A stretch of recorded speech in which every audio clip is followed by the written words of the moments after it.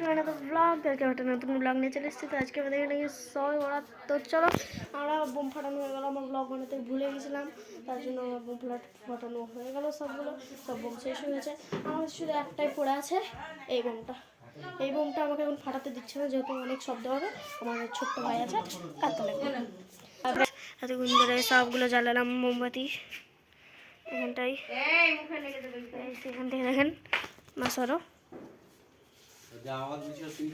এই দিক থেকে পুরো গাইস কেমন লাগছে কমেন্টে বলে রাখবেন। তাই এটাই করে অত উপরে উঠেছিলাম, কেমন সুন্দর লাগছে দেখেন।